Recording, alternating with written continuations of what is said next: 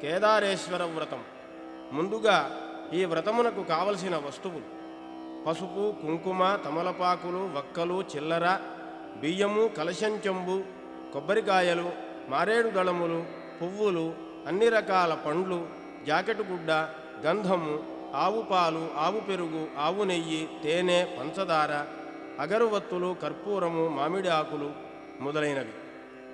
ముందుగా ఇంటియందు ఈశాన్య భాగమున చక్కగా అలికి ముగ్గులు పెట్టి స్వామివారికి ఒక వస్త్రముతో మండపమును ఏర్పాటు చేసుకోవలెను.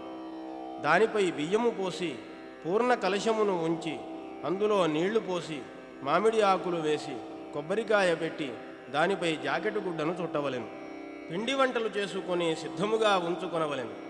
ఎరుపు లేక పసుపు రంగు పట్టు నూలుతో 21 పేటలు వేసి తోరము తయారు చేసుకొనవలెను.